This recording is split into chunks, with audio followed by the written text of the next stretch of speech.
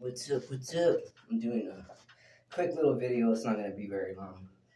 Just wanted to show you the sauna at the Mad Dogs Fitness. Everyone's probably been in here, but I come in here to sweat out the toxins because I did some research. It does say that you can sweat out metals and toxins and stuff from the body.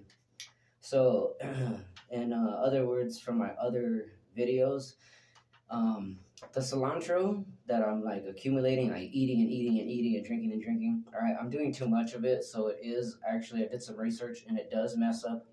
It does mess with your respiratory system. It can mess with your liver, certain things, your kidneys. But that's because you're doing an excessive amount. So everything does have a balance. I don't like to accept that shit. I just like to go hard on everything. Like, I'm gonna eat all this and then I'm gonna fix that fucking issue. But obviously, I gotta find a balance, just like the sauna. The sauna is really hot in here than normal.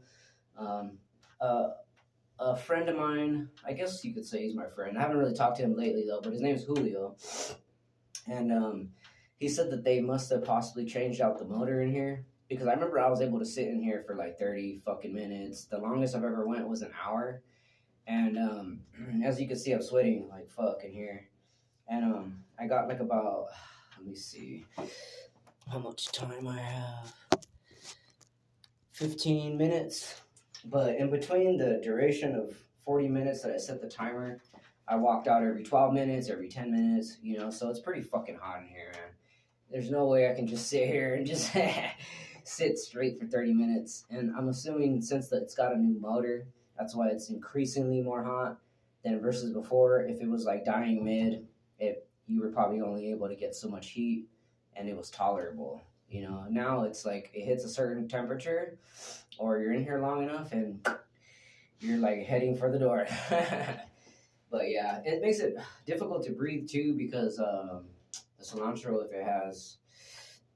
it gives respiratory issues to the system, then of course you're gonna breathe unnormally. But as far as I know, it has to do with like the blood level being dropped to a drastic state. So when it drops really bad, then your blood's not able to shoot up as quickly for your lungs to pump when you're moving and boxing and shit. But that's just for me. I don't know if anybody else is really active in the boxing thing or the running. If you want to do it excessively, I guess go ahead. But I'm just letting you know from my experience, it does take a toll on the body because I'm assuming that those herbs are very powerful because I did a drink yesterday with cilantro and parsley, and it's fucking, ooh, man, you can feel it. It'll like make you tired, or like you if you get up too quick, you get lightheaded. So I know it's pretty powerful because it could be so much of it that it could be depleting or pulling a lot of metal, as well as then detoxification process, as well as like maybe water absorption. It could be like soaking up minerals from the body. Pretty much everything that is healthy for you. If you do too much of an excess of it, it could be a bad thing. That's pretty much what it is. Like pineapples are good for you, apples are good for you, bananas are good for you, fruits, certain vegetables are good for you. You have to be mindful of the things that you do eat because everything's sprayed or chemically fucking pumped in the ground. So I try to find shit that's less likely to get fucked with. I know green apples I do eat a lot. Sometimes I could taste it when I'm like, okay, that's a bad batch. I just fucking throw it away. And sometimes too, like as far as I know, if you wash them in warm water or you do baking soda, I kind of stopped doing the baking soda shit. I kind of just eat them after I rinse them with hot water. But just to mind you too, it's good to clean your vegetables and fruits and shit like that. But there also is, before I shut this video off, just a quick note before it gets too hot and it shuts itself off and then it stops recording. Arnold Schwarzenegger made a statement a long time ago that when he would go into a restaurant, he would tell them, hey, if you have a steak, drop it on the floor. I'll pay you extra for it. And they're like, what the fuck? He's like, yeah, drop it, see if it falls, and if it moves around. He's like, I don't care. After that, cook it, right? Because basically, if you're in nature and you're not cleaning your vegetables, but you're hungry, right, and there ain't nothing around for miles and miles and you eat it, even if it's dirty or it might have something on it, I'm not saying it's good, but in retrospect, you can build a stronger immunity And there's a movie, I believe it's called Riddick, right? That's it. It kind of explains something like that, but in a different way. Now there was this creature that he was trying to get past to get to the other side, and he couldn't get past it because it was hiding in the water. So if he were to cross, he'd probably get glinched by the creature. Now that creature carried a poisonous toxin, so he pulled one of the smaller ones out from the river, and he was able to squeeze out the juice from its stinger. And he started injecting himself little by little, and he was like, falling to the fucking floor and then recovering. Do it again and recover, right? Do it again. He would fall to the floor and recover. And I was like, what the fuck is he doing? A homie of mine was like, he's building an immunity to it, because he knew that if he went into battle with this thing, there's a possibility that he was going to get bit, and it was going to set off its poison to his body. So he became immune to it when it did strike him, and then he fucking killed the thing, and he ended up crossing over. So low key, even though it's Hollywood, they do tell you about your immune system, how strong it is, what it's capable of.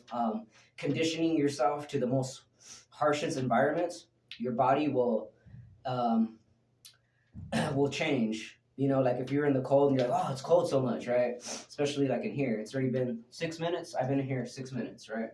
So you can adapt to the heat, you can adapt to the cold, but of course you won't adapt to it right away. You got to build up, you know, to that conditioning.